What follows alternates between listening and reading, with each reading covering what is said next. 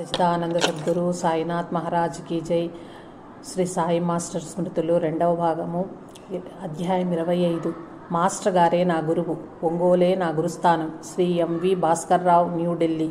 పూజ్యశ్రీ ఆచార్య కిరాల భరద్వాజ గారితో ప్రథమ పరిచయము మా అన్నగారైన శ్రీ మల్లాది సీతారామయ్య గారి ద్వారా లభించింది. ఆయన ఉన్న గదిలోనే వాతావరణము, అక్కడున్న ఎన్నో పటాలు, వారి చర్యలు చూచి పిచ్చివాడనుకున్నాను. కానీ ముందు ముందు ఆ పరిచయమే ఆ ఊరితో అనుబంధాన్ని పెంచుతుందని, బాబా మార్గంలోకి రప్పిస్తుందని నేనెన్నడూ ఊహించలేదు అని అంటారు శ్రీ ఎంవి భాస్కర్రావు గారు, ఢిల్లీ వాస్తవ్యులు. కనుక ఒంగోలులో నిర్మాణంలో ఉన్న బాబా గుడికి, బాబా విగ్రహాన్ని జైపూర్లో ఎంపిక చేసి ఒంగోలు గుడికి చేర్చడంలో వీరికి కూడా ఒక గొప్ప అవకాశం లభించటము, ఆ సందర్భంగా ఢిల్లీలో మాస్టర్ గారు వీరింట ఆతిథ్యం స్వీకరించటము వీరి పూర్వజన్మ సుకృతం అనిపిస్తుంది. మాస్టర్ గారితో వారికున్న అనుభవాల్ని ఇలా పంచుకుంటున్నారు శ్రీ భాస్కర్రావు గారు. ఆచార్య శ్రీ కిరాల భరద్వాజ గారితో 1987లో మొట్టమొదటి పరిచయము మా అన్నగారైన మల్లాది సీతారామయ్య గారి ద్వారా జరిగింది. వారిని చూడగానే నమస్కరించి కూర్చున్నాము. కొందరు వ్యక్తులు వారి దర్శనార్థం వచ్చి నమస్కరించి వారి ఇచ్చిన విభూతిని తీసుకుని వెళ్తున్నారు.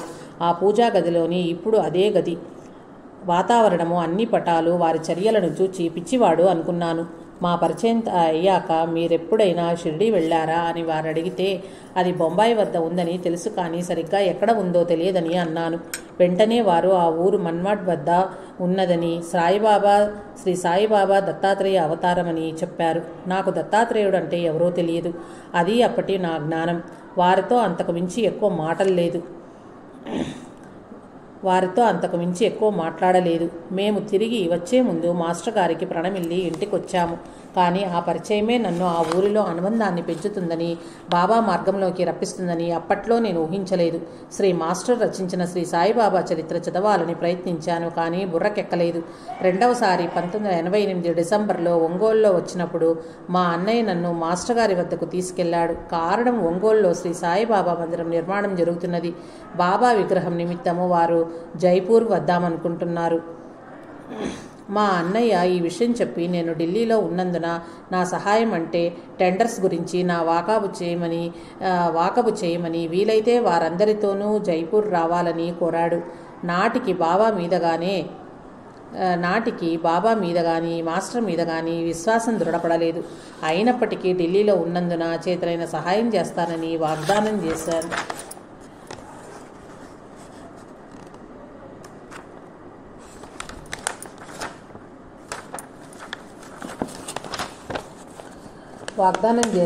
జైపూర్ ప్రయాణం గురించి అడుగగా, మార్చి నెలలో చలి తగ్గుతుంది కాబట్టి ఆ సమయము అన్ని విధాలా బాగుంటుందని సూచించాను. శ్రీ మాస్టర్ సంతోషించి మొఘలాయి చక్రవర్తి అక్బర్ పుట్టుక గురించి ముచ్చటించి, వీలైతే హుమయాన్ నామా సేకరించి వివరాలు వారికి అందజేయమన్నారు. నాకు చరిత్ర అంటే ఇష్టం కాబట్టి వెంటనే అంగీకరించాను. మా వదిన నేను బాబా దారిలో పడుతున్నందుకు చాలా సంతోషించింది. కారణం, నేను మానవతావాదిని, నాస్తికుడిని కాకపోయినా దైవభక్తి తగినంత లేదు. వాళ్ళు నాకు శ్రీ గురు చరిత్ర, సాయిబాబా చరిత్ర శ్రీ మాస్టర్ ద్వారా ఇప్పించారు. తర్వాత వారికి ప్రణమిల్లి ఇంటికి వచ్చాము. దైవం నాకు ఒక కఠిన పరీక్ష పెట్టారు. నేను ఫరీదాబాద్లో కట్టిన ఇంట్లో అద్దెకు దిగిన ఆసామి ఒక పేరు మోసిన బందిపోటు దొంగ. BA పాస్ అయి ఒక ఉద్యోగస్తుడిలా హుందాగా ఉండేవాడు. వాని అనుచరులను పట్టుకోవటానికి పోలీసులు నా ఇంటిని జనవరి 5, 1989 సాయంకాలం చుట్టుముట్టి కాల్పులు జరిపి కొందరిని పట్టుకుని తీసుకెళ్లారు. ముఖ్యుడు దొరకలేదు, కానీ తర్వాత వాణ్ణి కూడా తుదమార్చారు. ఈ సంఘటనతో నేను ధైర్యం కోల్పోయి మా అన్నయ్య ఇచ్చిన సాయి సన్నిధి అన్న పుస్తకాన్ని మొదటిసారిగా చదివాను. నేను మొదటిసారిగా పోలీస్ స్టేషన్కు వెళ్తూ ఢిల్లీలోని లోడీ కాలనీలో ఉన్న శ్రీ సాయిబాబా మందిరానికి వెళ్ళి, బాబా నా తప్పేంటి అని ప్రార్థించి వెళ్ళాను. ఆ విపత్తు వలన నాకు ఏ విధమైన హాని జరగకుండా బాబా దయవల్ల బయటపడ్డాను. ఆ తర్వాత అంటే జనవరి, ఫిబ్రవరి నెలల్లో జైపూర్లోని కొందరు శిల్పులు చిరునామాలు, ఢిల్లీ మందిరంలోని బాబా విగ్రహాన్ని తయారు చేసిన శిల్పి చిరునామాను మా అన్నయ్యకు సహా మా ఇంట్లోనే దిగమని ఆహ్వానించారు. బాబా విగ్రహాన్ని తయారు చేసిన శిల్పి చిరునామాను మా అన్నయ్యకు అందజేశాను. నేను, నా భార్య వెంటనే మా అన్నయ్యకు ఉత్తరం రాసి మాస్టర్తో సహా మా ఇంట్లోనే దిగమని ఆహ్వానించాము. ఆ విధంగా వారందరూ, అంటే పూజ్య మాస్టరు శ్రీ రమణారెడ్డి గారు మరియు మా అన్నయ్య రేపు హోలీ పండుగ అనగా ఢిల్లీకి జీటీ ఎక్స్ప్రెస్లో వస్తున్నారు. మా ఇంటికి మాస్టర్ గారిని రమ్మన్నాను, కానీ మనసులో జంకు పోలేదు. కారణం ఏమిటంటే వారొక గురువు, అటువంటి వారిని ఎలా సత్కరించాలో నాకు తెలియదు. అందుకని ముందుగానే డాక్టర్ జీవి రావు గారితో ముచ్చటించి వారిని కూడా హజరత్ నిజాముద్దీన్ స్టేషన్కు రిసీవ్ చేసుకోవటానికి రమ్మన్నాను. శ్రీ మాస్టర్ గారు తదితరులు రైలు దిగాక డాక్టర్ జీవి రావు గారు సిగరెట్ పెట్టె ఇచ్చి వారితో తెచ్చిన విభూతితో నిండిన గిన్నె మాస్టర్కి ఇచ్చారు. శ్రీ మాస్టర్ విభూతిని అందరి నుదుట పెట్టి బాబాకు జైకారం చేశాక ఇంటికి బయలుదేరాము. అంతకుముందే నేను ఒక బాబా పట్టాన్ని కొని వారి కోసమని నిర్దేశించిన గదిలో పెట్టాను. స్నానాదులు అయ్యాక డాక్టర్ జీవి రావు గారు, వారి భార్య ఇందిరా గారు, శ్రీ మాస్టర్ గారు, రమణారెడ్డి గారు, మా అన్నయ్య హజరత్ నిజాముద్దీన్ దర్గాకు వెళ్ళి తర్వాత లోడీ రోడ్లోని బాబా గుడికి వెళ్ళి భోజనం సమయానికి మా ఇంటికి వచ్చారు. భోజనం తర్వాత కొందరు విశ్రమించారు. కానీ శ్రీ రమణారెడ్డి గారు నన్ను సాయంత్రానికి మాస్టర్తో సత్సంగం ఏర్పాటు చేయమన్నారు. వెంటనే నేను మా స్టాఫ్ క్వార్టర్స్లో ఉన్న కొందరికి, మా అక్క బావలకి, టీవీ రావు, కనకదుర్గ తెలియజేశాను. వారందరూ వచ్చాక శ్రీ మాస్టర్ ఆసీనులై మాట్లాడటం మొదలు పెట్టారో లేదో శ్రీమతి విజయలక్ష్మి డుడేజా, ఆమె భర్త డాక్టర్ దినేష్ డుడేజా, వారి పాప శృతి వచ్చారు. ఆమెను నేను ఆహ్వానించలేదు, కానీ డాక్టర్ జీవీరావు గారు ఆహ్వానించారట. ఆమె శ్రీ మాస్టరి పాదాలు కళ్ళకద్దుకుని ధారాపతంగా కన్నీళ్లు కార్చారు. కారణం ఏమిటంటే ఆమె బాబా చరిత్ర 3 సార్లు పారాయణం చేసేలోగా వారి దర్శనం కావాలని బాబాను కోరారట. అనుకోకుండా శ్రీ మాస్టరు ఢిల్లీ రావటము వల్ల ఆమె కోరిక నెరవేరిందట. ఆ తరువాత సత్సంగం చక్కగా జరిగింది. వచ్చే వారిని ఆహ్వానించి ఆతిథ్యము అందించటమే మా వంతు. ఆ రాత్రి భోజనాలు అయ్యాక శ్రీ మాస్టర్ని, మా 2వ అబ్బాయి చిరంజీవి చంద్రశేఖర్ని 12 సంవత్సరాలు డాక్టర్ జీవీ రావు దంపతులు వారింటికి తీసుకెళ్లారు. కారణం మరునాడు హోలీ పండుగ, ఎక్కడికి కదలటం కుదరదు. వెళ్లే ముందు డాక్టర్ జీవీ రావు గారు నన్ను, నా భార్యని, పెద్దబాబు దుర్గాప్రసాద్ని, ఒంగోలు రమణారెడ్డి గారిని, మా అన్నయ్యను వారింటికి ఆ మరునాటి హోలీ సాయంకాలం సత్సంగానికి ఆహ్వానించారు. ఆ విధంగా హోలీ రోజు సాయంత్రం సత్సంగం ముగిసింది. నాటి ఆహ్వానితులు ఢిల్లీలోని ఐఐటి ఉపాధ్యాయులు, విద్యార్థులు. ప్రసాద స్వీకారం తర్వాత మేమందరం ఇంటికి తిరిగి వచ్చాము. మాస్టర్ 2వ రాత్రి కూడా డాక్టర్ జీవీ రావు గారింట్లోనే ఉన్నారు. శ్రీ మాస్టర్ని డాక్టర్ జీవీ రావు గారు తీసుకొచ్చారు. ఆ మరునాడు అనుకున్న ప్రకారము అందరం ప్రొద్దుటే బికనీర్ హౌస్ చేరి జైపూర్కి బస్సు మీద బయలుదేరాము. జైపూర్లో Rajasthan state electricity board guest హౌస్లో దిగాము. మాస్టర్ గారి గదిలో ఎవరుండాలి అని ప్రశ్నించుకుని రమణారెడ్డి గారు, మా అన్నయ్య ఒక గదిలోనూ, నేను మాస్టరు ఒక గదిలోనూ దిగాము. లంచ్ బయట నుంచి తీసుకురావాలి. బయలుదేరే ముందు వారితో ఒక మాట అన్నాను. మాస్టర్, నాకు మా అన్నయ్య ఎంతో, మీరు అంతే. అన్నయ్య లాంటి వారనే భావం. మీ చెప్పులు తొడుక్కొని నేను హోటల్కి వెళ్ళటానికి పర్మిషన్ అడుగుతున్నాను. ఎందుకంటే నేను హవాయి చెప్పులు తెచ్చుకోకుండా మా షూ తెచ్చాను అని చెప్పాను. దానికి వారు, అలానే అనుకోండి, పర్వాలేదు, తీసుకెళ్ళండి అన్నారు. మేము ముగ్గురం రెస్టారెంట్లో భోజనం చేసి వారికి చపాతీలు, కూర, పప్పు తెచ్చాము. భోజనం తర్వాత విశ్రమించి సాయంకాలం అందరం విగ్రహం నిమిత్తము జైపూర్ ఖజానాన్ వాలన్ కి రాస్తా, ఖేజరీ వేలాన్ రాస్తాకి చాంద్పాల్ బజార్లో బయలుదేరాము. దారిలో ఒక బ్యాంకు మేనేజర్, తెలుగువారే, గారిని కలిస్తే వారు సత్యనారాయణ కాబ్రా అనే విగ్రహాల దళారిని పరిచయం చేశారు. అతనితో కలిసి 2-3 చోట్ల తిరిగాము. కానీ సరైన శిల్పి కానరాలేదు.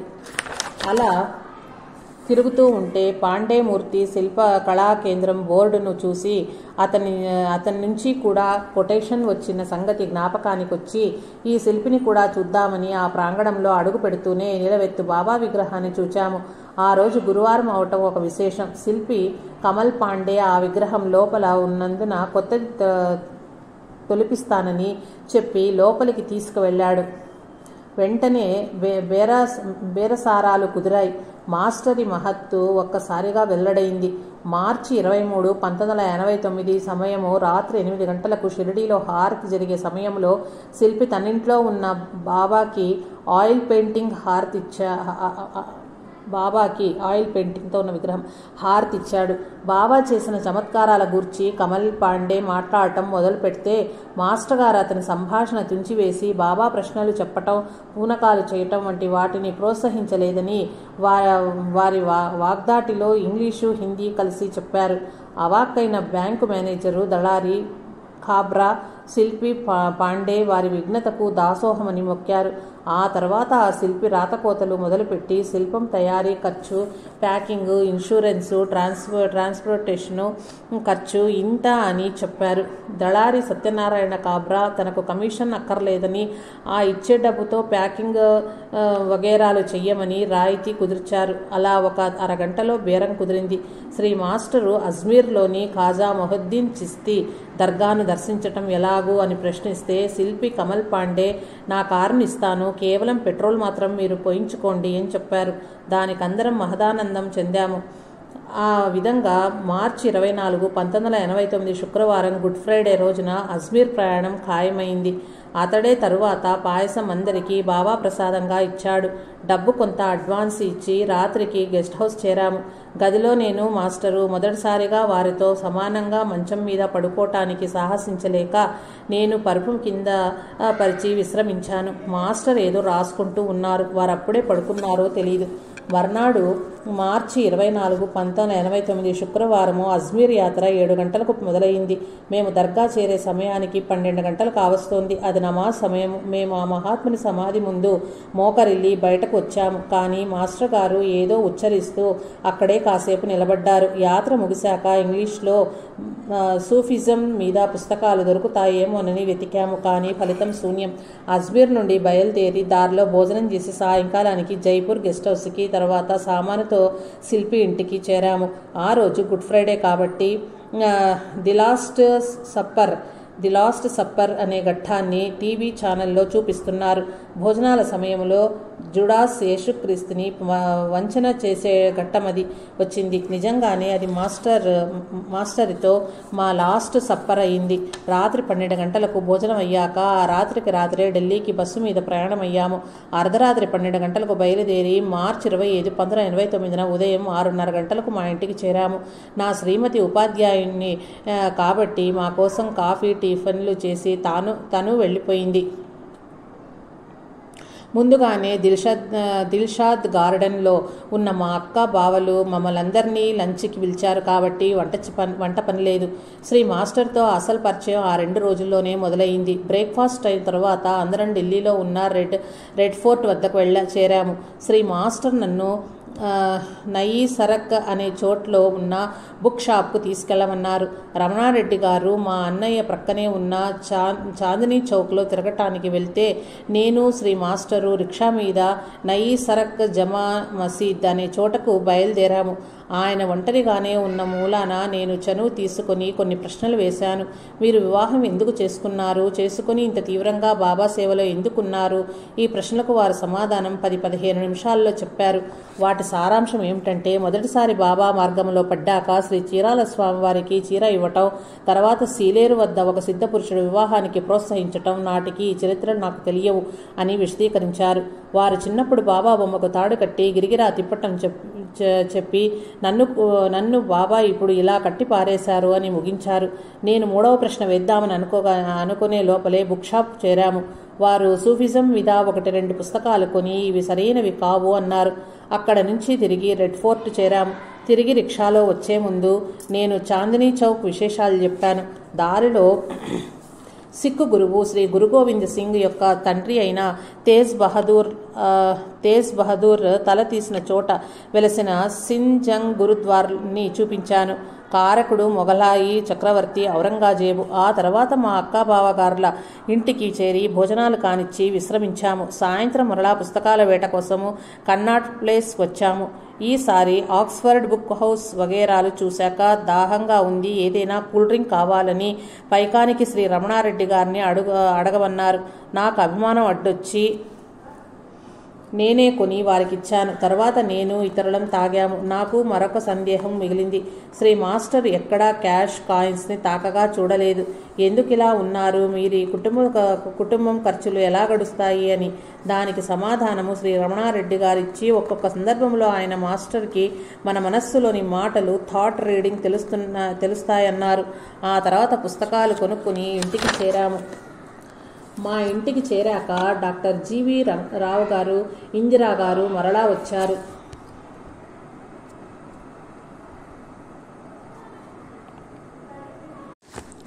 మా ఇంటికి చేరాక డాక్టర్ జీవి రావు గారు, ఇందిరా గారు మరలా వచ్చారు. అందరం భోజనం చేశాక వారు వెళ్ళిపోయారు. ఆ రాత్రి మొదటిసారిగా మాస్టర్ గారు మా ఇంట్లో నిద్రపోయారు. ఆ మరుసటి కార్యక్రమం ముందే నిర్ణయమైంది. మా అన్నయ్య రమణారెడ్డి గారు షిరిడి నుంచి ఒక క్యాలెండర్ తెచ్చారు. దానిలో ద్వారకామాయి బాబా ఫోటో, కేవలం తల మాత్రమే ఉన్న బాబా ఫోటో, కాలు మీద కాలు వేసుకున్న కలర్ ఫొటోస్ ఉన్నాయి. మాస్టర్ నన్ను 3 తీసుకుని వెంటనే గ్లాస్ ఫ్రేమ్స్ కట్టించమన్నారు. ఇది కూడా నాకు పరీక్షే. ఢిల్లీలో 2-3 గంటల్లో ఎవరు కట్టి ఇవ్వరు. ఆ రోజే మార్చి 26, 1989 సాయంకాలం వారందరూ జీటీ ఎక్స్ప్రెస్లో ప్రయాణం చేయాలి. ఈలోగా శ్రీ మాస్టర్ ఫరీదాబాద్లోని మా ఇంటిని చూచి, బాబా కాలు మీద కాలు వేసుకుని ఉన్న ఫోటో ఫ్రేమ్ మా ఇంట్లో పెట్టాలి, మరలా కీడు జరగకుండా. ఈసారి బాబా మీద భారం వేసి 10 గంటలకల్లా లజ్పత్ నగర్ సెంట్రల్ మార్కెట్ చేరి గ్లాస్ ఫ్రేమ్ కట్టే షాపుకి వెళ్ళి అడిగితే సాయంకాలం వాటిని తీసుకెళ్లటానికి రమ్మన్నాడు. నేను కాదు కూడదు అంటే 12 గంటలకు ఇచ్చేలా ఒప్పుకున్నాడు. నేను ఆ 3 ఫోటో ఫ్రేమ్స్ని తీసుకుని ఇంటికి వచ్చాక శ్రీ మాస్టరు ద్వారకామాయి ఫోటోని పూజాస్థలంలో పెట్టి కొబ్బరికాయ కొట్టారు. కేవలం తల ఉన్నదన్న మా బెడ్రూమ్లో పెట్టమన్నారు. కేవలం తల ఉన్నదాన్ని మా బెడ్రూమ్లో పెట్టమన్నారు. 3వది ఫరీదాబాద్ ఇంటి కోసం. ఈలోపు మా అక్క బావ మా ఇంటికి వచ్చారు. భోజనాలు అయ్యాక వారందరూ ప్రయాణ సన్నాహంలో ఉండి ప్యాకింగ్ చేసుకున్నారు. మాస్టర్ కాసేపు విశ్రమించాక నా గురువు ఎవరు అని అడిగాను. దానికి వారు, ఈ ప్రశ్నను మీరే బాబాని అడగండి అని చెప్పారు. అంటే అర్థం. ఆ తర్వాత వారు నాకు మరో నందాదీపము, శ్రీ సాయి సన్నిధి బహుకరించారు. సాయంత్రం 4 గంటలకు నేను, నా భార్య, శ్రీ మాస్టరు, మా అన్నయ్య రమణారెడ్డి గారు ఫరీదాబాద్ ఇంటికి వెళ్ళాం. ఇంట్లో అద్దెకున్న ఆసామి మమ్మల్ని ఆహ్వానించి ఒక కవరులో బాబా ఫోటోని పెట్టి ఎవరో లెటర్ బాక్స్లో పడేశారని అది నాకు ఇచ్చారు. శ్రీ మాస్టర్ వెంటనే, Baba has already entered your house, Baba has already entered your house అని చెప్పి మేము తెచ్చిన బాబా కూర్చున్న ఫోటో ఫ్రేమ్ని హాల్లో పెట్టి మాస్టర్ గారు కొబ్బరికాయ కొట్టి అగరబత్తీలు వెలిగించారు. తర్వాత మేము తిరుగు ప్రయాణం మొదలుపెట్టాము. అదేమి కర్మో, మా ఇల్లు 2 కిలోమీటర్లు ఉందనగా మా కారు ఆగిపోయింది. 10 నిమిషాలు ప్రయత్నించి వ్యవధి లేనందున అందరినీ మినీ బస్ మీద ఇంటికి పంపాము. నేను మా బాబా కాస్త కుస్తీ పట్టి ప్రక్కనే ఉన్న టాక్సీ స్టాండ్కు వెళ్తే ఒక డ్రైవర్ చిటికలో బాగు చేశాడు. మేము కారు తీసుకుని ఇంటికి రావటం, మాస్టారు, రమణారెడ్డి గారు, మా అన్నయ్య, నా భార్య ఇంటికి చేరటం ఒకేసారి జరిగింది. కానీ నా మనసు ఎందుకో అప్పుడు కీడు శంకించింది. ఇంటికి వచ్చాక ప్రయాణం చేయాల్సిన వారు గబగబా తయారయ్యి సిద్ధమైనారు. ఈలోపు నా భార్య వాళ్ళకి ప్యాక్డ్ డిన్నర్, పూరీలు, చపాతీలు తయారు చేసింది. మేమంతా బయలుదేరే సమయానికి డాక్టర్ రావు గారు కూడా వచ్చారు. అందరం 2 కార్లలో బయలుదేరాము. న్యూఢిల్లీ స్టేషన్కు చేరి వారి కంపార్ట్మెంట్లో ఎక్కి సామాన్లు సర్దిన తర్వాత నేను శ్రీ మాస్టర్ని పంజాబీ పద్ధతిలో కౌగలించుకుని, మాస్టర్, నా వల్ల ఏదైనా అపరాధం జరిగితే క్షమించమన్నాను. ఆయన పర్వాలేదు అన్నారు. నాకెందుకో వారిని మరలా చూడాలనిపించింది. అందుకే ఆయన్ను అప్పుడు కళ్ళల్లో కళ్ళు పెట్టి దగ్గరగా చూశాను. వీడుకోలు సమయంలో నాకు వారిని మళ్లీ దర్శించే భాగ్యం కలుగుతుందా అని అనిపించింది. ఇంతలో రైలు కదిలింది. ఆ తర్వాత ఏప్రిల్ 12, 1989 వారు సమాధి చెందారన్న వార్త నాకు డాక్టర్ రావు గారు సాయంకాలం చెప్పారు. నాకు లాస్ట్ సప్పర్ సినిమా, వారు ఫరీదాబాద్ నాతో ప్రయాణం చేయటం, కారు పాడవటం, నా కౌగిలింత జ్ఞాపకం వచ్చి కన్నీరు ఆగలేదు. కారణం, అంత స్వల్ప వ్యవధిలో నాకు జ్ఞానోదయం కలిగించిన మహనీయుని మరొకసారి చూడలేకపోయానే అని. వారితో ఉన్న 5 రోజులలోనూ నాకు ఏ ఉపదేశం చేయలేదు. ఇది చెయ్యి, అది వద్దు అని చెప్పలేదు. కానీ వారితో గడిపిన అమూల్య సమయము నా జీవితంలో చెరగని ముద్ర వేసింది. నాటి నుండి వారు రచించిన ఎన్నో గ్రంథాలు చదివి వారి మేధస్సుకి, సత్యాన్వేషణకు జోహార్లు అర్పించాను. అలా ఒంగోలు నాకు గురుస్థానమైంది. అదే నన్ను బాబా మార్గంలోకి పూర్తిగా రప్పించింది. ఈ సంఘటనే నాకు వారు ఇచ్చిన గురోపదేశము. పూజ్య శ్రీ భరద్వాజ విరచితమైన శ్రీ సాయి లీలామృతం యొక్క హిందీ అనువాదకులైన శ్రీమతి విజయలక్ష్మి వర్మ డుడేజా గారు సాయి బంధువులకు పరిచితులే.